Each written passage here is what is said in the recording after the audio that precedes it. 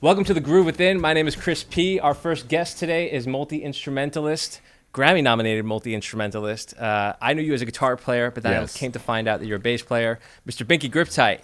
Hello, hi. How you doing, I'm man? Binky Griptite. I'm good, man. Thanks for having me here. Yeah, thank you for doing this. Yeah. I've been a big fan of yours. I found out of you I heard about you through Michael Weintraub, through the Instrument Head thing. Yes. And for the longest time, I was like, what a cool name. And I didn't know what you looked like. I only knew you with that beautiful guitar that I right, seen. yeah. That's the picture in Instrument Head. The instrument blocks the face. Yeah, in front of you for so long. And then I think I ran into you at like a party. At the party, at the release party. Yeah. And then we were hanging and talking, and it was great getting to know you. And you've done so much incredible work that I've been really fortunate, as so many others have. But yeah, it's like I've gotten to do some stuff. It's cool, man. It's amazing, and I feel like so much of it is based in groove. Yeah. Quite literally, like a lot of the playing I've heard you do and the work with Sharon Jones or the stuff. But you were on the Son and Star record too, right? Yeah. That's an awesome record. Yeah, that's one of my favorites. Like it's one of the ones. It was work, but I can listen to that for fun. Totally. Yeah, I can imagine. Yeah. So, Yeah. What's your earliest memory of groove? Well, I was born in 1966 in Milwaukee, Wisconsin, and I was still am the youngest of seven, and so my older brothers and sisters had music. So it's like even though I'm like technically Generation X or whatever, I'm like at the tail end of baby boomer, and I grew up with baby boomer music, and so like that's like all this stuff from the 60s and 70s. Even though I was like 7 or 9 years old, I was still experiencing that shit in real time. Really from like 72. When I was like 5 or 6 years old, I was like paying attention to music, and so I just grew up with that time, like all the stuff that people are nostalgic for. It's like I have actual memories of it. Was it around in the house? Like, were people playing instruments? The radio. In the house? There were no musicians in the house or immediate family or circle or whatever. Every once in a while, a guitar would pop up. I mean, my sister was in college, and she had a nylon string guitar, so that was actually always around the house. But I mostly just used it as a drum.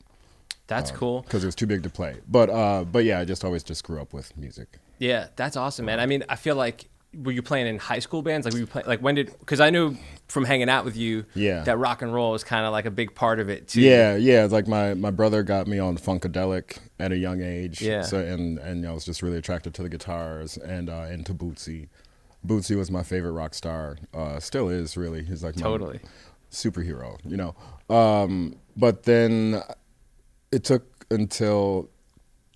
like many years of asking before anybody actually got me a guitar that I could play, because my sister's nylon string guitar was just too big, and it just wasn't interesting because it's a nylon string guitar and I wanted to rock out.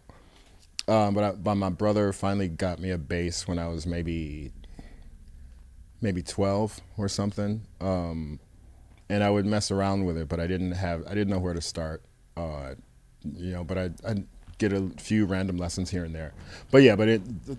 To make a long story shorter, I started, after about 3 years, around 15 or 16, then I started playing with people. That's cool. Was it like local high school kids or? Yeah, I linked up with some neighbors of my friend that were all like 10 years older than me. So I was like 15 to 16, and they were in their 20s. And it was just a drummer and a bass player, and I was playing guitar. And we would just basement funk jams as a trio. And how would you keep up if they were older than you? Was it you were just naturally inclined, or were they? I was there. It's like I had not like after the 3 years of practice and isolation, I knew like some basic rhythm things because James Brown stuff was around, and I should say like my brother bought me my first bass, but after that bass I switched back and forth for a few times before I landed on guitar. Yeah. So when I started playing in junior high school, I was a guitar player. Just after playing on my own for a while, I started to feel like I was, good enough to take the next step and start playing with people. I was like, a gifted little teenager. That's cool. Yeah, and so we were kind of on the same level. And then you traveled, like, did you travel and play at all? Or? No, not then. I didn't start traveling until I was like well into my 20s. Yeah. But, just playing around like local scenes and stuff. And at that time, like I wasn't I would always try to have a bass, but not necessarily. I mean, I'd go years without having a bass, but it's always nice to have both. But it was like it would be many years before I would like do a gig as a bass player. And how were you learning? Were you just listening to records and playing along? A little bit of both. Yeah. Like I would have lessons every now and then from here and there, but like I'm a bad student, so like teachers would just get frustrated and say like, go actually study what I told you to study and then come back. Because I wouldn't study. I would just show up and just like repeat what they played because I would just hear it by ear. I was the same way, man. Yeah. I was the same way. In fact, like we had that hang years ago where I remember I was like stoned and I was like freaking out because I was like so in my own head. But I remember I was like, okay, I could learn the chord changes and then I'll just sort of wing it. And then I remember saying something, I was like, oh yeah, I learned the changes. You're like, yeah, but you got to learn the parts. Yeah. Well, actually thinking about this, one of the most important early lessons I learned was, and I don't remember what he said to me or how he phrased it, but like in looking back, knowing what I know now, is what he showed me was how to play the triads in a 1-4-5 chord progression. Yeah.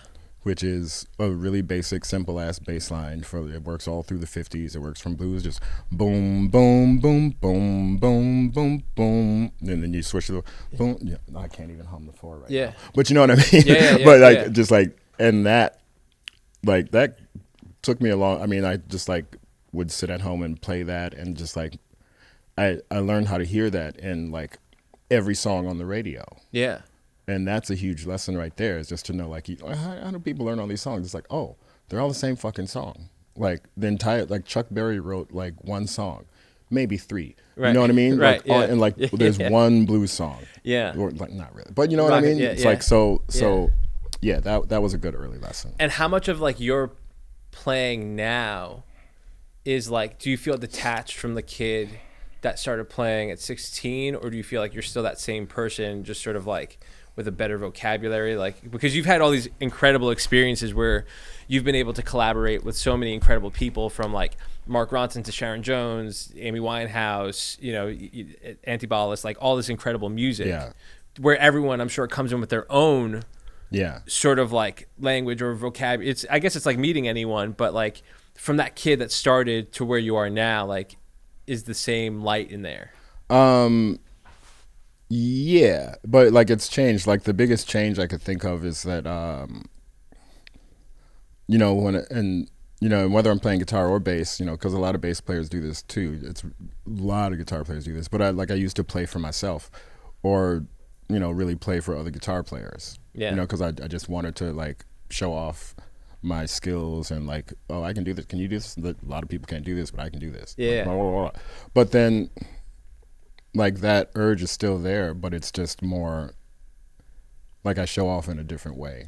And I show off by not showing off. And I show off by like staying in the pocket. I think my favorite thing, and this is you, right? That on the Sharon Matter of Time, just a matter of time. Yeah. That guitar line where it's bouncing around a little, like there's like that sort of. Oh, wait. Well, Joey played the leads. I was just playing rhythm. Yeah. That is like so incredible what you did on that. And it's like, oh, thanks. I wrote that one too. Yeah. As a bass player, it like fits, like it's like a guitar part that encapsulates everything so well. Just sort of like the whole band is built around this sort of simple, just sort of like bounce between the chord progression. And it's played, it almost feels like you play it with like a thumb or something like that. Yeah, I probably did. I hope hope this doesn't sound weird. I'm holding the mic. No, the mic keeps drooping, so I have to do a little bit of it. We'll start here and see where it goes. Well, first I want to say thank you to the Bitter End. Yes, thank you very much. Yeah. Bitter End. Yeah. But so for that one, I mean, like, obviously bass wasn't your first instrument, but you've got this sort of like locked in groove that is like undeniable just from your playing and jamming with everyone. Yeah. One thing I noticed too, it's like, how do you keep from being ahead of, it's like, from being on top of the beat or, being ahead of stuff? Like, where did that come in? I count really small rhythms. That like in my head, like, and I noticed this with, I got the chance to meet one of my favorite legendary and really influential bass players, David Hood from the Swampers and Muscle Shoals. Did a session with him. I was playing guitar, he was playing bass. But I noticed as we were counting the music, I don't know if you can see my foot in the shot, but if the song is 1, 2, 3, 4, I'm not going to count. I'm not tapping quarter notes. I'm counting like eighth notes or 16th notes. Yeah. and in my head, I'm even going smaller than that. Yeah. So if the drummer goes off or anybody goes off, it's like if it disturbs, because it's easy to lose the beat on quarter notes. Yeah. But if I start losing 16th notes, somebody's fucking up. Yeah. You know, and it's probably not me because I'm keeping track of 16th notes. Yeah. You know what I mean? And so, and that's why I really like playing funk beats that have 16th notes, because it's just like it's so much easier to stay tight. Wow. But yeah, you got to count the division and the subdivision. When you were doing that just now, when you're going like, you can hear the rhythm of that track. Yeah. And like some of that comes from guitar. A lot of it comes from guitar because like there's always a backstroke. Yeah. You know, it's like even if I'm playing quarter notes, I'm still moving eighth notes.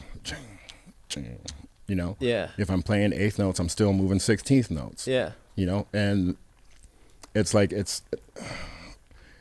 a song, as soon as somebody starts counting off a song, if it's like a James Brown song or something, as soon as they start counting, it's like, I have that here, and it's in the guitar part. Yeah. And like if I have to change my stroke because somebody else is not playing their shit right, it's like it's not. Yeah. Cool, you know, and that's the joy of playing rhythm guitar. How do you adjust in a live scenario? Like if you find that someone's like behind the beat or someone's ahead of it, and like you're trying to get everyone caught up, like do you follow along? Because like the shit can get dismantled it's just a thing. It's just a lot of push and pull, and that's like, you know, part of the beauty and the joy of it. But then, you know, it's just you get to a point where sometimes it's like, okay, maybe this combination of people or players isn't working out. But yeah. That's awesome, man. Yeah. That's far out. How many nights a week do you play music publicly? I mean, it varies. Like not that much though these days. Yeah. But you yeah, had the Binky Griptite Orchestra, and I feel like that was like a staple in the city. Yeah. For a wait, while. we're all on guitar stuff now though. What do you mean? We're talking about guitars. It's okay. It's about the groove, man. Yeah. It's cool. You know. Yeah. But yeah. Around, I don't have the record out yet, so I haven't been stressing public performance for that. Right. But yeah, I play when I can, you know, little gigs here and there. Yeah. And then when you write, are you writing guitar first and then throwing the bass, or does it vary? It depends. Like some songs, they come like kind of whole. Like a lot of times the bass line is in the guitar part because I try to write, even like the drums are in the guitar part if I write like with that particular song, Matter of Time. Yeah. Yeah, I try to hear everything in the guitar because that's the beauty of guitar is like you can do a gig by yourself. You can be the whole band if you play it right. Yeah. And so yeah, but it's all over the place. Sometimes like I'll have like a really great everything and I just can't think of a good bass line, and that's really aggravating. Sometimes the bass line is first and like shit gets written around the bass line. Yeah. But it's, you know, you've had a pleasure working with some great bass players too. Yeah. You know, Yeah, Gabe from the Dap Kings. He's a great bass player. I love his bass line. It's really melodic. He plays a short scale bass. It's easy to move around on. See, it has been trooping, right? That's cool, man. You made a pretty, heavy departure. Was it 2 years ago now, or? I don't know, something like that. Yeah. It's like, I mean, it's mostly just on paper. I just saw the guys the other day. Yeah, yeah. And is it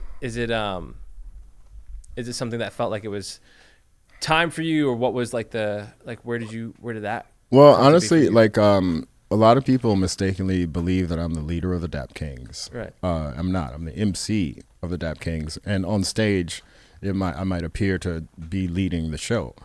In one sense, I sort of am leading the show. I'm leading the person. That's what MCs do. But no, I'm not the leader of the band. But what that means in my life is that like people don't call me for gigs. Like it doesn't even occur to people to think that I'm available for gigs. Right.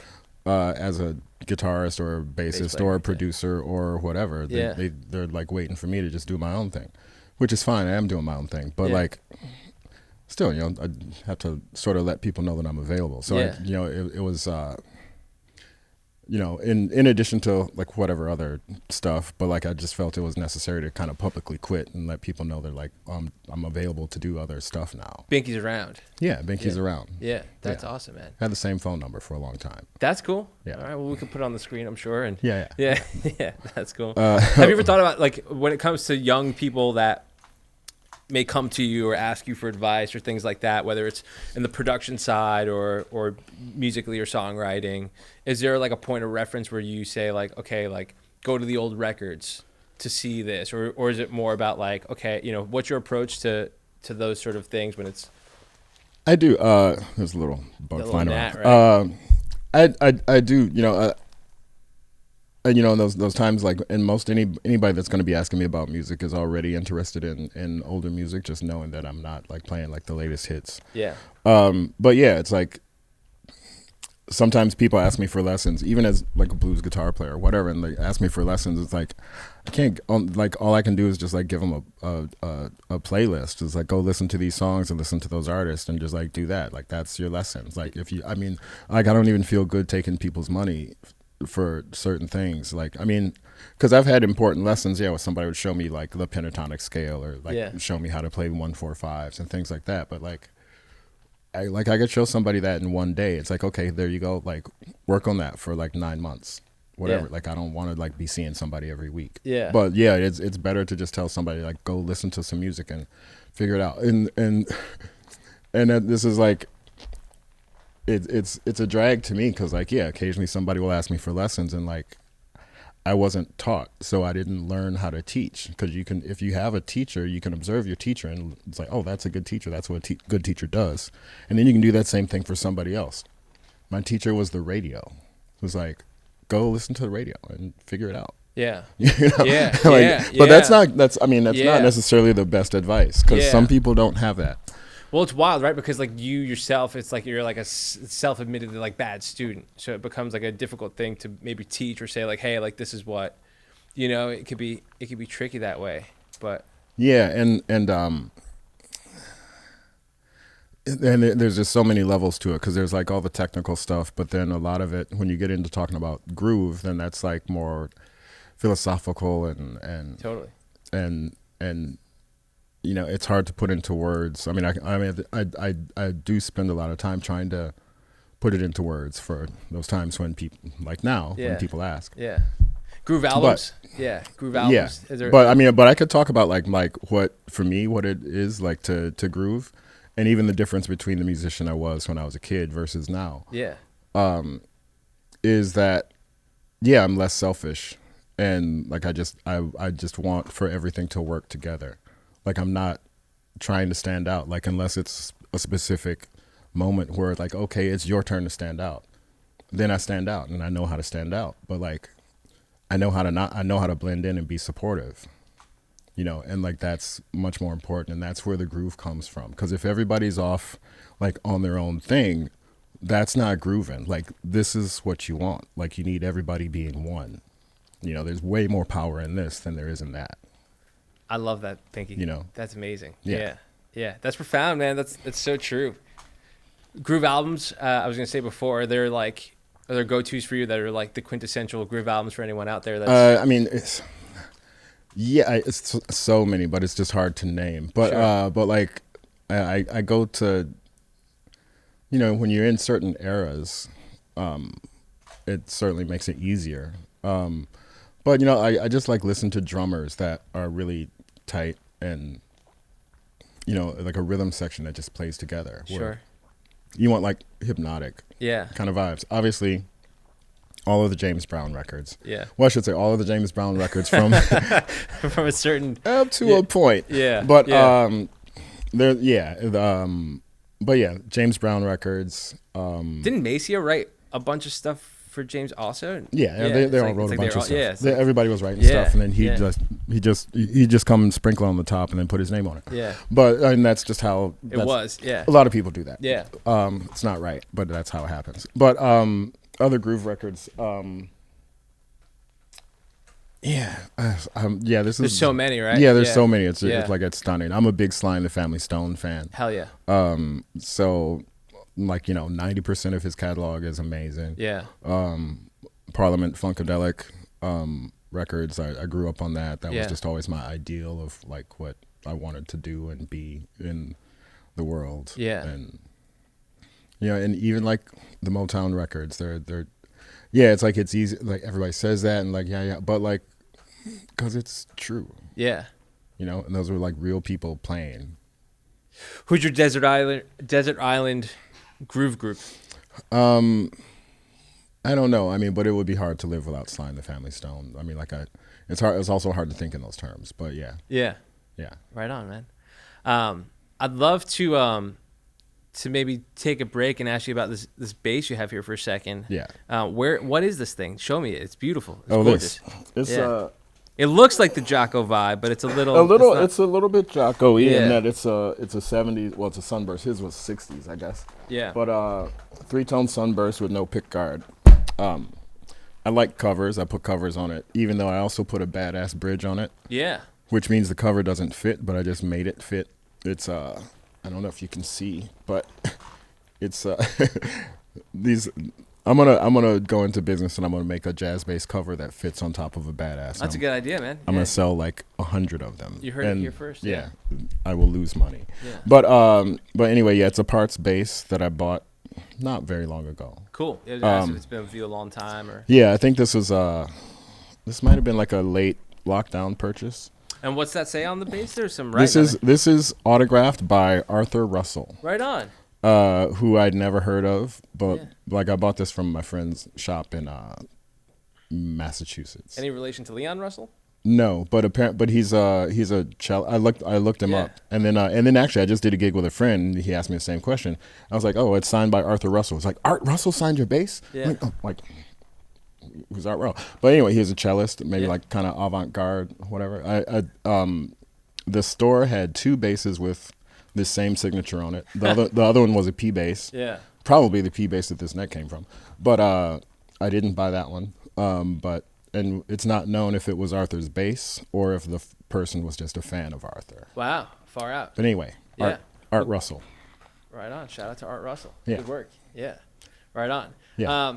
Well, man, I think the last thing to do is find out where can people listen to you or hear your groove or find out more about what you're up to. Let's see. Well, you can listen to any of the Sharon Jones and the Dap Kings records. Actually, I played bass on a few tracks. I can't even name them right now, but there's probably played bass on 2 or 3 songs out of our whole, however many albums we did. Yeah. And I'm out there around, and I played bass on the first 3 Antibalas records. Right. Played bass in Antibalas for 6 years. Yeah. And I'm currently playing live with Amayo. Right on. My former bandmate in Antibalas, doing his original music, playing with the Foo Orchestra. Right on. Well, actually, I don't know if it's the Foo Orchestra at this point. I think he's just calling the whole thing Amayo. All right. Well, TBD on the orchestra. Yeah. Yeah, right on. Yeah. That's cool, man. Well, thank you for doing this. Oh, no problem. It's been fun hanging with you and chatting about all this stuff. Yeah.